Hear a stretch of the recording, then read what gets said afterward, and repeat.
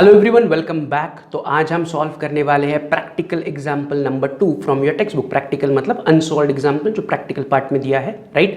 तो क्या कह रहे हैं, prepare 2 column cash book from the following transaction for the month July 2018। तो हमें जुलाई 2018 का 2 कॉलम कैश बुक बनाना है। Prepare what, 2 column cash book. कौन से महीने के लिए? जुलाई 2018 के लिए। तो आपको 1 तारीख से लेके 31 तक ट्रांजैक्शन दिए जुलाई महीने की। इसे हमें लिखना है इन 2 कॉलम कैश बुक या रिकॉर्ड करना है इन 2 कॉलम कैश बुक। तो फटाफट 2 कॉलम कैश बुक का फॉर्मेट रेडी करते हैं। तो 2 कॉलम कैश बुक का फॉर्मेट जैसे हमने इससे पहले वाले सम में किया था वैसे ही, बट यहां पर इन्होंने क्वेश्चन में किसके लिए बनाना है वो नाम नहीं दिया है। तो मैं ऊपर लिख रहा हूं in the books of dash, in the books of dash. मुझे नहीं पता किसके लिए बनाना है, तो in the books of dash, fill in the blank जैसा डैश, एंड नीचे cash book with 2 columns, right. दोनों तरफ डेट कॉलम में मैंने लिखा 2018 जुलाई, राइट। तो this is the minimum format आपका रेडी होना चाहिए बिफोर स्टार्टिंग द सम या before solving the some, right. अगर रेडी है तो वेरी गुड, नहीं तो वीडियो को पॉज करो, रेडी करो एंड फिर मेरे साथ सॉल्व करो, राइट। चलो, तो मैं एज्यूम कर रहा हूं कि आपने ड्रॉ किया, आप मेरे साथ सॉल्व करो। तो एक एक करके हम ट्रांजैक्शंस पढ़ते हैं 1 तारीख से 31 तारीख तक, एंड उसे रिसिप्ट या फिर पेमेंट में रिकॉर्ड करेंगे। अब जो इसका पीछे का कंसेप्ट है, लॉजिक है, वो मैंने आपको लास्ट तीनों सम्स में रिपीटेडली बताया था कि हम रिसिप्ट यानी कि पैसा आने की एंट्री रिसिप्ट साइड में करेंगे। बस आते वक्त आपको इतना सोचना है कि वो कैश फॉर्म में आ रहा है या बैंक में आ रहा है, यस और नो। एंड अगर मैं पैसा दे रहा हूं तो उसकी एंट्री पेमेंट में होगी। अगर पेमेंट में हो रही है तो बस हमें इतना सोचना है कि मैं कैश नगद दे रहा हूं या थ्रू बैंक पैसे ट्रांसफर कर रहा हूं, यस और नो। तो अंडर 2 कॉलम कैश बुक हमें अकाउंटिंग करना है only for receipts of money. पैसा आ रहा है तो रिसिप्ट्स, पैसा जा रहा है तो पेमेंट, राइट। शुरुआत करते हैं विद द फर्स्ट ट्रांजैक्शन। 1 तारीख, वो कह रहे cash in hand. Cash in hand का मतलब है जुलाई महीने के शुरुआत में 1 तारीख को ऑलरेडी आपके कैश ड्रॉवर में या जेब में 17,500 रुपीज पहले से ही थे, जो जून महीने के बचे थे। तो जून महीने में जो बचे थे वो जून से हम जुलाई में लेके आ रहे हैं, तो इसे हम कहते हैं ओपनिंग बैलेंस। क्या कहते हैं हम? Opening balance. And opening balance को मैं उठाऊंगा, रिसिप्ट साइड में लिखूंगा 1 तारीख, आगे लिखूंगा 2 balance brought down and cash column में 17,500, because it is opening balance of cash, cash in hand. आपके हाथ में इतना कैश है, हाथ में नहीं लिटरली, आपके ड्रॉवर में या जेब में, मतलब इन हैंड है, आपके पास है। तो आपके पास 17,500 कैश है, ड्रॉवर में है, जेब में है या कबर्ड में है, बट कैश है, हार्ड कैश है, नगद है, नोट्स है, यस और नो। तो कितना कैश आपके पास 1 जुलाई को था? 17,500। तो इट इज नथिंग बट जुलाई का opening balance. Opening balance is nothing but 2 balance brought down. जुलाई का opening, why I am calling it opening balance, कि जुलाई महीने को शुरू कर रहे हैं, हम ओपन कर रहे हैं। तो ओपन किया हमने जुलाई महीने को, ये जुलाई महीने के बुक्स ऑफ अकाउंट्स को हमने ओपन किया। तो ओपन करते वक्त हमारे पास 17,500 ऑलरेडी बैलेंस है, जो जून से हम कैरिड डाउन किए हैं या जून से हमने ब्रॉट डाउन किए। जून महीने से हम नीचे लेके आए, तो जून के बचे हुए पैसे हम नीचे लेके आ रहे हैं, इसलिए मैं उसे कह रहा हूं brought down. Brought down from June, brought down. Is it clear? तो 1 जुलाई मेरा डेट है, बैलेंस ब्रॉट डाउन है, कैश में 17,500 है, राइट। फिर से नीचे वो कह रहे 1 तारीख कैश एट बैंक। उस 1 तारीख को बैंक में भी बैलेंस था, मतलब अब बैंक का स्टेटमेंट पढ़ रहे हो, अरे बैंक में मेरे पास 5,000 रुपए है, राइट। तो 1 जुलाई के दिन यानी कि 30 जून को, यानी कि पिछले महीने के एंड में आपके पास बैंक में 5,000 थे। वो पिछले महीने से आप क्या करोगे? 1 जुलाई को आगे लेके आ रहे हो, तो ये बैंक का ओपनिंग बैलेंस है। तो जो मैंने ऑलरेडी 2 बैलेंस ब्रॉट डाउन लिखा है, उसी लाइन में मैं सिर्फ क्या कर रहा हूं, बैंक कॉलम में 5,000 लिख रहा हूं, राइट। बैलेंस ब्रॉट डाउन मतलब मैं ओपनिंग बैलेंस, महीने की शुरुआत में मेरे पास कैश में 17,500 एंड बैंक में 5,000 थे, राइट। Getting it? तो opening balance, balance brought down, cash 17,500 and bank में 5,000। अगेन ओपनिंग बैलेंस के लिए हम कोई नरेशन नहीं देते हैं, तो मैंने दोनों 1-1 तारीख को उठाया, पहले कैश का बैलेंस लिखा, फिर इमीडिएटली मैंने बैंक का बैलेंस लिखा एज ओपनिंग बैलेंस, राइट। तो दोनों 1 तारीख, दो 1 तारीख की ट्रांजैक्शन थी। ये एक्चुअल ट्रांजैक्शन नहीं है, it is just opening balance, वो मैंने लिख लिया। अब आते 3 तारीख के ट्रांजैक्शन, वो कह रहे परचेज्ड गुड्स फॉर कैश। तो वेरी सिंपल, वो कह रहे आपने गुड्स खरीदा फॉर कैश।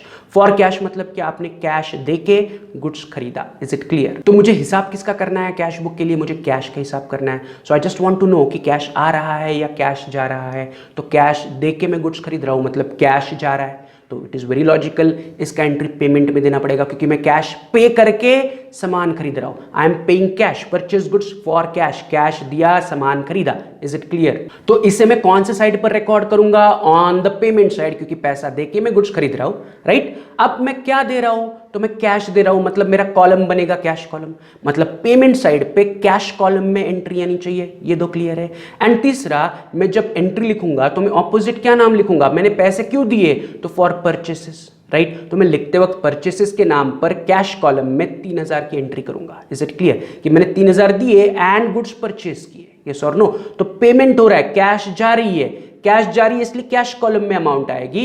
एंड किस लिए दे रहा हूं? परचेसेस के लिए। तो मैं लिखते वक्त पर्टिकुलर्स में परचेसेस का नाम लिखूंगा, राइट? तो मैं 3 तारीख की ट्रांजैक्शन उठा रहा हूं, पेमेंट साइड में लिख रहा हूं 3 तारीख, by purchases account, cash column में 3000 and immediately being it is a transaction, मुझे नरेशन लिखना है बीइंग कैश परचेसेस। क्या नरेशन लिख रहा हूं? बीइंग कैश परचेसेस, कैश दे के मैंने परचेस किया या कैश दे के मैंने गुड्स परचेस किए। ये क्लियर है? गुड्स खरीदा पैसे दे के, तो पैसे जा रहे हैं इसलिए कैश कॉलम में 3000 मैंने लिखे, पेमेंट साइड में कैश में 3000 गए एंड उसके बदले में मैंने गुड्स खरीदा। तो बाय परचेसेस कब खरीदा? 3 तारीख को। तो 3 तारीख को गुड्स परचेस करने के लिए मैंने 3000 कैश पे कर दी। Is it clear? Simple transaction थी। आगे बढ़ते हैं, चलते हैं 5 तारीख। Received cheque from Arun. ध्यान से सुनो क्या कह रहे हैं? Received cheque from Arun, Arun से चेक मिला।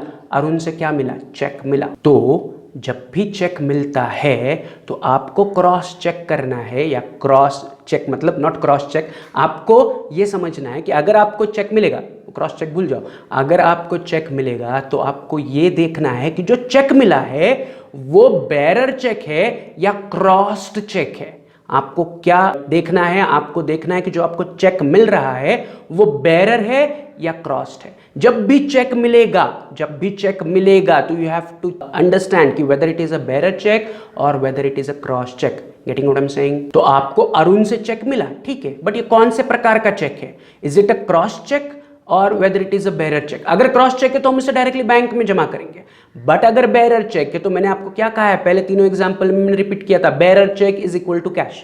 तो अगर बेरर चेक है तो हमें इसे कैश में रिकॉर्ड करना पड़ेगा, क्रॉस चेक है तो उसे बैंक में रिकॉर्ड करना पड़ेगा। तो उन्होंने बताया कि कौन सा चेक है, तो वो बस बोल रहे हैं चेक अरुण से मिला, अरुण से चेक आया। कौन सा चेक है अगर नहीं कह रहे तो we have to assume it as a bearer cheque. ध्यान से सुनो, जब भी आपको चेक मिलेगा तो आपको यह देखना है कि जो चेक आपको मिल रहा है वो बेरर चेक है या क्रॉस चेक है। अगर बेरर चेक है तो इसका मतलब वो कैश है, अगर वो क्रॉस चेक है तो इसका मतलब वो हमें जमा करना पड़ेगा इनटू आवर बैंक अकाउंट, तो उसे हम डायरेक्टली बैंक रिकॉर्ड करेंगे। Is it clear? बट उन्होंने कहा ही नहीं है कि ये कौन से प्रकार का चेक है, तो हमें अज्यूम करना पड़ेगा it is a bearer cheque. Getting it? उन्होंने क्वेश्चन में, ट्रांजैक्शन में ये नहीं बताया कि ये कौन से टाइप का चेक है।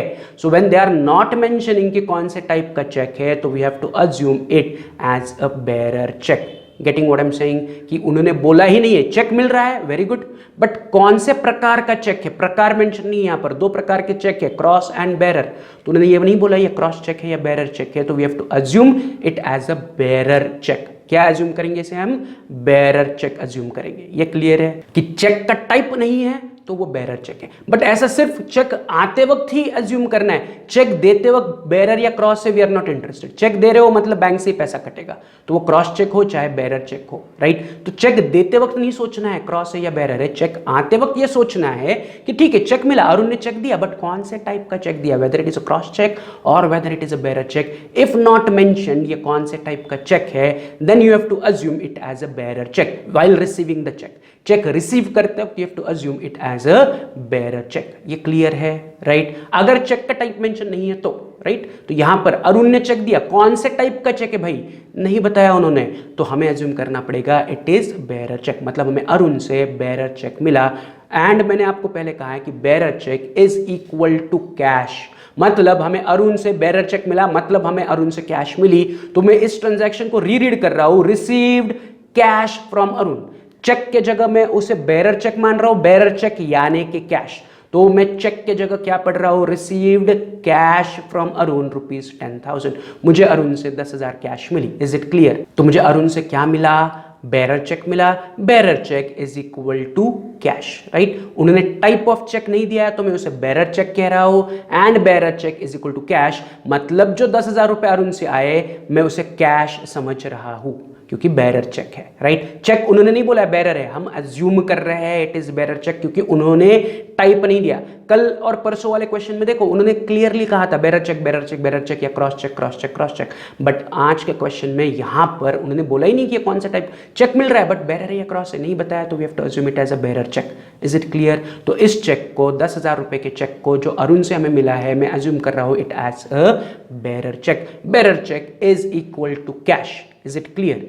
तो अरुण से जो बेरर चेक आया वो मैं कैश पकड़ रहा हूं, तो कैश मिल रही है या हम दे रहे हैं, तो रिसीव्ड चेक मतलब रिसीव्ड कैश है, रिसीव्ड बेरर चेक यानी कि रिसीव्ड कैश है, तो कैश मिलने की एंट्री में रिसिप्ट्स में करूंगा। यस और नो? कौन दे रहा है? अरुण दे रहा है, तो मैं पर्टिकुलर्स में अरुण का नाम लिखूंगा, और वो क्या दे रहा है? कैश दे रहा है, तो अमाउंट कैश कॉलम में लिखूंगा। तो मेरी तीनों चीजें क्लियर है, साइड क्लियर है, रिसिप्ट्स में जाएगा, कॉलम क्लियर है, कैश में जाएगा। किसके नाम पर लिखना है? अरुण के नाम पर लिखना है क्योंकि अरुण से चेक मिल रहा है। यस और नो? तो मेरी तीनों चीजें क्लियर है, तो मैं इसे क्या करूंगा? अपने रिसिप्ट साइड में रिकॉर्ड करूंगा। तो 5 तारीख के ट्रांजैक्शन में उठा रहा हूं, रिसिप्ट्स में जा रहा हूं, लिख रहा हूं to Arun account, cash column में 10,000, नरेशन में बिंग चेक रिसिप्ट, नरेशन में लिखो बिंग चेक रिसिप्ट या बिंग बेरर चेक रिसिप्ट, कोई प्रॉब्लम नहीं। नरेशन में you can use word cheque, but यहां पर हम अज्यूम कर रही है चेक बेरर चेक है, इसलिए मैं कैश कॉलम में उसे रिकॉर्ड कर रहा हूं कि bearer cheque is equal to cash. मैंने 10,000 उठा के कैश कॉलम में लिखे। यहां तक क्लियर है? तो 5 तारीख के बाद चलते हैं 8 तारीख की ट्रांजैक्शन, काफी सिंपल है। Sold goods for cash, cash लेके गुड्स बेचा, very simple. Sold goods, goods बेचे, बट गुड्स बेच के कैश आई। यस और नो? तो कैश आने की एंट्री रिसिप्ट्स में होगी। यस और नो? गुड्स बेचा एंड कैश मिली, तो कैश आने की entry I put it on the receipt side. Yes और नो? बट कौन से कॉलम में लिखूंगा? तो वो बोल रहे sold goods for cash, cash मिली, तो अमाउंट कैश कॉलम में लिखूंगा। तो receipt side and cash column ये दोनों क्लियर है। किसके नाम पर एंट्री करूंगा? तो ये पैसे क्यों आया, रीजन क्या है? सेल्स से, तो मैं लिखूंगा टू सेल्स। यस और नो? तो मेरा साइड भी क्लियर है, कॉलम भी क्लियर है, एंड ऑपोजिट अकाउंट भी क्लियर है। यस और नो? तो मैं सिंपली 8 तारीख की ट्रांजैक्शन उठाऊंगा, रिसिप्ट्स में आऊंगा, रिसिप्ट्स में लिखूंगा 8 तारीख to sales account, cash column में 8,000, नीचे में नरेशन लिखूंगा बीइंग कैश सेल्स। नीचे नरेशन क्या लिखूंगा? Being cash sales, right? Cash sales के पैसे मिले, सिंपल इजी है। 8 तारीख के बाद चलते हैं 10 तारीख की ट्रांजैक्शन, ध्यान से सुनो। Arun check deposited into bank, Arun का चेक बैंक में डिपॉजिट किया। तो अरुण से हमें चेक कब मिला था? अरुण से हमें चेक मिला था 5 तारीख को। कितने का चेक था? देखो 10,000 का चेक था। तो हमें अरुण से जो 10,000 का चेक मिला था, आज वो मैंने चेक उठाया एंड बैंक में जमा किया। बट ये चेक कौन सा चेक था? ये चेक था बेरर चेक। हमने बेरर चेक करके उसे कैश में लिखा है। देखो 5 तारीख को उन्होंने चेक का टाइप नहीं बताया, हमने बेरर चेक अज्यूम किया। Getting what I am saying? तो आज हम 10 तारीख को इसी बेरर चेक को बैंक में जमा कर रहे हैं। तो कौन सा चेक हम बैंक में जमा कर रहे हैं? अरुण के चेक को। अरुण का चेक कौन सा टाइप का था? अरुण का चेक बेरर टाइप था। तो बेरर चेक यानी कि कैश। तो बेरर चेक को मैं हमेशा क्या कहूंगा? कैश। तो जब चेक आया तभी भी मैंने कैश में रिकॉर्ड किया, एंड आज वो कह रहे इसी चेक को आप बैंक में जमा कर रहे हो। तो इस चेक को मतलब अरुण के चेक को, यानी कि अरुण का चेक कौन सा है? अरुण का चेक बेरर चेक है। तो मैं बेरर चेक को बैंक में जमा कर रहा हूं, नथिंग बट मैं कैश को बैंक में जमा कर रहा हूं। तो इस ट्रांजैक्शन में पढ़ते वक्त ऐसा पढ़ूंगा, cash deposited into bank. Arun cheque के जगह मैं क्या कह रहा हूं? Arun cash deposited into bank. Bearer cheque is equal to cash. तो मेरे लिए ट्रांजैक्शन बन जाएगी cash deposited into bank, cash deposited into bank. For accounting purpose मैंने आपको कहा है कि बेरर चेक वो जो फिजिकली क्या होगा वो भूल जाओ, एक्चुअली अकाउंटिंग में उसके हम क्या समझेंगे? Bearer cheque is equal to cash, तो ही आपका एंट्री सही बनेगा, राइट? तो मैंने बेरर चेक बैंक में जमा किया, मैंने बेरर चेक उठाया यानी कि कैश उठाई एंड बैंक में जमा की। Bearer cheque is equal to cash मतलब मैंने कैश उठाई एंड बैंक में जमा की। तो यहां पर ट्रांजैक्शन हो रही है बिटवीन कैश एंड बैंक। मैंने कैश उठाई, बैंक में जमा की, तो it became a Contra entry, या ये कॉन्ट्रा ट्रांजैक्शन है, हमें इसके लिए कॉन्ट्रा एंट्री देनी पड़ेगी। The transaction is between bank and cash. Cash जा रही है, कहां जा रही है? बैंक में। मैं कैश डिपॉजिट कर रहा हूं, कहां डिपॉजिट कर रहा हूं? बैंक में। So when I deposit cash into a bank, मुझे कॉन्ट्रा एंट्री करनी पड़ेगी, यानी कि मेरे कैश बुक के दोनों साइड में रिकॉर्ड करना पड़ेगा। यस और नो? कि इस ट्रांजैक्शन के मुझे दोनों एस्पेक्ट रिकॉर्ड करने, कैश जा रही है वो एक, एंड बैंक में पैसे आ रहे हैं वो एक। मतलब कैश जाने की भी एंट्री करनी है, बैंक में पैसा आने की भी एंट्री करनी है। That's why it is Contra entry. Is it clear? But confusion होता है कि इसे रिकॉर्ड करने में, तो मैंने आपको स्टेप बाय स्टेप गाइड बताया इसका। तो मैंने क्या कहा है, जब भी कॉन्ट्रा एंट्री आपको देनी पड़ेगी, जब भी कैश एंड बैंक के बीच में ट्रांजैक्शन होगी, always think about cash, always think about what, always think about cash, कि कैश आ रही है या कैश जा रही है। तो इन आर केस हम कैश बैंक में जमा कर रहे हैं, मतलब कैश जा रही है। तो कैश जाने की एंट्री में सबसे पहले पेमेंट साइड में रिकॉर्ड करूंगा। Is it clear? कैश कहां जा रहा है? कैश बैंक में जा रहा है, तो मेरा ऑपोजिट अकाउंट यहां पर आएगा बैंक, राइट। तो जब भी कॉन्ट्रा एंट्री आपको देनी है, थिंक अबाउट कैश फर्स्ट, कि मैं कैश जेब से निकाल रहा हूं एंड बैंक में जमा कर रहा हूं। तो कैश जा रही है, आई am paying cash into the bank, I am depositing cash into the bank. तो कैश जाने की पहले मुझे एंट्री करनी है, राइट। फिर उसी को हम ऑपोजिट करके बैंक में ऑटोमेटिकली आने की एंट्री हो जाएगी, राइट। सिंपल, मैंने आपको लॉजिक बताया। तो कैश जा रही है, तो मैं कैश जाने की एंट्री कहां करूंगा? कैश जाने की एंट्री में पेमेंट में करूंगा। कैश कहां जा रही है? बैंक में जा रही है, तो मेरा ऑपोजिट अकाउंट है बैंक, राइट। एंड मैं क्या जमा कर रहा हूं बैंक में? कैश, मतलब मैं कैश कॉलम में एंट्री करूंगा। कैश जाने की एंट्री कैश कॉलम में होगी, यस और नो। तो मेरी साइड भी क्लियर है, कॉलम भी क्लियर है, एंड कहां जा रहा है पैसा वो भी क्लियर है। तो मैं क्या कर रहा हूं, जो 10 तारीख की cash deposited into bank, check deposited को हम कैश डिपॉजिटेड कह रहे हैं, कैश डिपॉजिटेड इनटू बैंक की एंट्री मैं उठाऊंगा 10 तारीख, मैं आऊंगा पेमेंट में लिखूंगा 10 तारीख, राइट। कहां जमा कर रहा हूं मैं पैसा? बैंक में, तो I am writing by bank account. कहां से पैसा कट रहा है? मेरे कैश में, मेरे जेब से, तो कैश कॉलम में मैं लिखूंगा 10,000, राइट। एंड नरेशन में लिखूंगा being bearer cheque deposited into bank, या बीइंग बेरर चेक डिपॉजिटेड, या चेक डिपॉजिटेड इनटू बैंक, या Arun check deposited into bank, right. Choice is yours, right. मैंने लिखा है bearer cheque deposited. Is it clear? तो ये कॉन्ट्रा एंट्री का पहला पार्ट हुआ, कैश बैंक में चली गई। अब इसी को उल्टा करके मैं कॉन्ट्रा एंट्री यानी कि ऑपोजिट एंट्री रिसिप्ट्स में दूंगा, बैंक में पैसा आने की, राइट। तो आपको फिर से दूसरा कुछ सोचने की जरूरत नहीं, मैंने आपको एक शॉर्टकट बता दिया है। इसी को उल्टा करके रिसिप्ट साइड में लिखो, राइट। तो रिसिप्ट्स में आऊंगा, फिर से मैं लिखूंगा 10 तारीख। मैंने पेमेंट में लिखा है बाय बैंक अकाउंट, तो उसका उल्टा मैं इधर लिखूंगा टू कैश अकाउंट। वहां पर अमाउंट है इन कैश कॉलम, उसका उल्टा मैं यहां पर अमाउंट लिखूंगा इन बैंक कॉलम, राइट। तो जो इस पेमेंट में दिख रहा है उसको उल्टा करके मैंने रिसिप्ट्स में लिख लिया, तो ऑटोमेटिकली कॉन्ट्रा इफेक्ट हो गया। तो रिसिप्ट्स में ऐसा दिख रहा है कि कैश आई, कहां आई? बैंक कॉलम में। बैंक में 10,000 है, देखो बैंक कॉलम में 10,000 है, कहां से आए? टू कैश से। तो वही हो रहा है, यस और नो, कि कैश आई कहां? बैंक कॉलम में। बैंक बोल रहा है मेरे पास कैश आई, to cash account, bank column में 10,000। नरेशन फिर से वही कि being bearer cheque deposited into bank. And सबसे इंपॉर्टेंट चीज, आपको दोनों तरफ सी यानी कि कॉन्ट्रा मार्क करना है। एलएफ कॉलम में पेमेंट में भी सी लिखना है, रिसिप्ट्स में भी सी लिखना है। This is a Contra entry. Is it clear? तो ये बन गया हमारा 10 तारीख का ट्रांजैक्शन। 10 तारीख के ट्रांजैक्शन के बाद चलते हैं 12 तारीख के ट्रांजैक्शन। ध्यान से सुनो। Purchased goods and paid by cheque ₹20,000। मैंने गुड्स खरीदा एंड उसके लिए मैंने चेक से पेमेंट किया, तो यहां पर I am paying by cheque and उसके बदले में परचेसेस आ रहे हैं। तो what I have to think of, कि पैसा आ रहा है या पैसा जा रहा है? तो आई एम पेइंग चेक, मतलब मैं चेक से पैसे दे रहा हूं, यानी कि इट इज अ पेमेंट। तो इसकी एंट्री मुझे पेमेंट साइड में करनी पड़ेगी। बट जो अमाउंट है वो कौन से कॉलम में लिखनी पड़ेगी? बैंक कॉलम में। क्यों बैंक कॉलम में? क्योंकि मैं चेक से पेमेंट कर रहा हूं। Getting what I am saying? मैंने चेक दे के गुड्स खरीदे, तो चेक का पैसा कहां से कटेगा? बैंक से। अब मैं चेक दे रहा हूं तो I am not thinking whether it is cross cheque और बेरर चेक। चेक देते वक्त कुछ नहीं सोचना है, चेक दे रहे हो मतलब बैंक से ही पैसा कटेगा। Is it clear? Whether it is bearer cheque और क्रॉस चेक, पैसा आपके बैंक अकाउंट से कटेगा। You are issuing cheque, no? तो आप जिसे चेक दे रहे हो वो आपके बैंक में जाके पैसे निकालेगा या फिर उसके बैंक थ्रू आपके बैंक से पैसे निकलवा लेगा।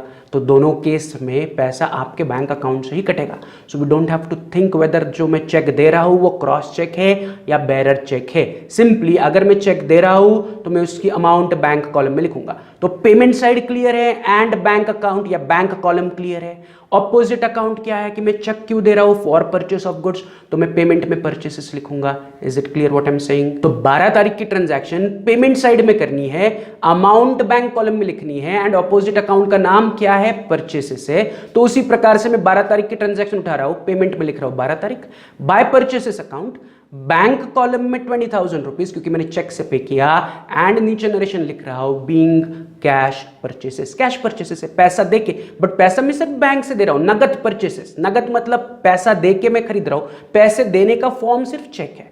बट पैसा ही है ना, बैंक से कटे या मेरे जेब से कटे पैसा ही है, ये और नो। सो इसलिए मैं नीचे नरेशन में लिख रहा हूँ बीइंग कैश परचेसेस, या you can write being goods purchased and paid by cheque. अगर आपके पास जगह है तो आप बड़ा नरेशन लिख सकते हो, being goods purchased and paid by cheque. Is it clear? ये भी आपका नरेशन हो सकता है। तो 12 तारीख को मैंने गुड्स खरीदा एंड चेक से पे किया, तो पेमेंट में मैंने लिखा by purchase account being cash purchases. Is it clear? यहाँ तक क्लियर है।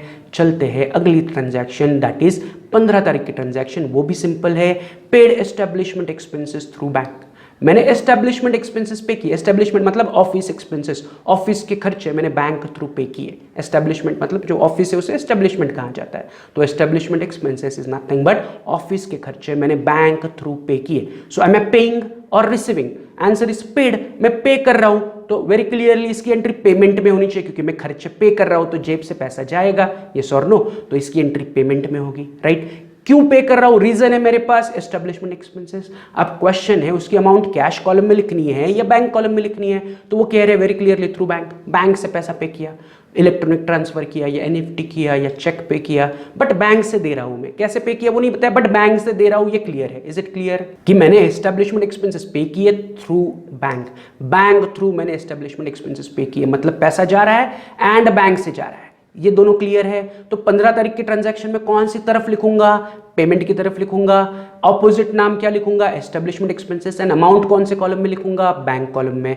तो मैं 15 तारीख की ट्रांजैक्शन उठा रहा हूं, पेमेंट में आ रहा हूं, लिख रहा हूं by establishment expenses, bank column में 1000, नरेशन में बीइंग एस्टेब्लिशमेंट एक्सपेंसेस पेड या बीइंग एक्सपेंसेस पेड या being paid for establishment expenses, right, या being establishment expenses paid through bank, right. Choice is yours. Narration आप आपके मन से नियर बाय कुछ भी लिख सकते हो। Is it clear? तो 15 तारीख एस्टेब्लिशमेंट एक्सपेंसेस पे किए तो पेमेंट में मेरी एंट्री हो गई। अब हम चलते अगली 18 तारीख की transaction, cash sales 7000। So very clearly उन्होंने कहा है आपने कैश लेके सामान बेचा। कैश सेल्स क्या है ट्रांजैक्शन? कैश सेल्स, नगद सेल्स। नगद मतलब कैश लिया, सामान बेचा। तो माय क्वेश्चन इज कि पैसे आए या गए? पैसे आए एंड सामान गया। गुड्स बेचा, पैसे लिए, तो I am interested in cash. तो कैश आ रही है, जा रही है, कैश आ रही है, तो इसे मैं कौन सी तरफ रिकॉर्ड करूंगा? 18 तारीख की ट्रांजैक्शन को मैं रिकॉर्ड करूंगा ऑन द रिसिप्ट साइड। पैसा आने की एंट्री करनी पड़ेगी मुझे, यस और नो। बट पैसा क्यों आ रहा है? सामान बेच के, तो my opposite account is sales.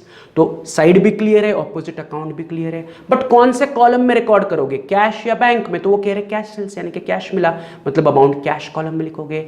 यानी कि कैश लेके आप गुड्स बेच रहे हो तो कैश आई, तो कैश कॉलम में अमाउंट होगी। तो मेरी साइड क्लियर है, रिसिप्ट्स में एंट्री जाएगा। ऑपोजिट अकाउंट का नाम क्लियर है, मुझे सेल्स के नाम पर एंट्री करनी है। एंड कौन से कॉलम में अमाउंट लिखना है? कैश कॉलम में। तो मैं फटाफट 18 तारीख की ट्रांजैक्शन उठा रहा हूं, उसे मैं रिसिप्ट्स में लिख रहा हूं 18th to sales account, cash column में 7000, नरेशन में मैं लिख रहा हूं बीइंग कैश सेल्स। क्या लिख रहा हूं नरेशन में? Being cash sales. यहां तक क्लियर है सबको? तो हमारी 18 तारीख की ट्रांजैक्शन होगी, सिंपल थी, कैश सेल्स, राइट। अब हम चलते हैं 20 तारीख की ट्रांजैक्शन। क्या कह रहे हैं वो? 20 तारीख की ट्रांजैक्शन, डिपॉजिटेड इनटू बैंक। मैंने बैंक में डिपॉजिट किया। क्या डिपॉजिट किया? तो बैंक में आप कागज डिपॉजिट कर सकते हो क्या? डॉक्यूमेंट डिपॉजिट कर सकते हो क्या? नहीं। तो आप बैंक में क्या डिपॉजिट करोगे? आप बैंक में 10,000 रुपए कैश जमा कर रहे हो। तो मैंने बैंक में 10,000 रुपए कैश जमा की। सो नथिंग बट मैं अपने ड्रॉवर से 10,000 रुपया कैश निकाल रहा हूं एंड बैंक में जमा कर रहा हूं, तो कैश बैंक में जा रही है। So it is a transaction between cash and bank. Is it clear? क्या हो रहा है? Deposited into bank. 10,000 रुपए मैंने बैंक में जमा किए। 10,000 क्या? 10,000 कैश जमा की। सो मैंने ड्रॉवर से कैश 10,000 निकाली, बैंक में जमा की। So I am depositing cash into the bank. तो यहां पर ट्रांजैक्शन कैश एंड बैंक के बीच में है। सो इट विल बिकेम, या आपको इसके लिए कॉन्ट्रा एंट्री देनी पड़ेगी। कैश जाने की एंट्री एंड बैंक में पैसा आने की एंट्री, दोनों आपको रिकॉर्ड करना है using my logic as a homework. मैंने आपको कहा कि आप कैश बैंक में जमा कर रहे हो या बैंक से पैसा एज अ ड्रॉवर में या बिजनेस में लेके आ रहे हो, always think of cash first. तो इसका एंट्री मैं आपको आज होमवर्क दे रहा हूं कि जो 20 तारीख की ट्रांजैक्शन है एंड उसके आगे 24 तारीख से लेके 31 तारीख की जितनी भी ट्रांजैक्शन है आपको होमवर्क के लिए करनी है, प्रैक्टिस करनी है, राइट। जब तक आप खुद का दिमाग यूज नहीं करोगे, सिर्फ मुझे फॉलो करोगे, फिर आपका काउंटिंग नहीं बनेगा। एग्जाम में आप मेरा वीडियोस लेके नहीं जा सकते हो। Is it clear? तो आपको आपका प्रैक्टिस खुद से ही करना है।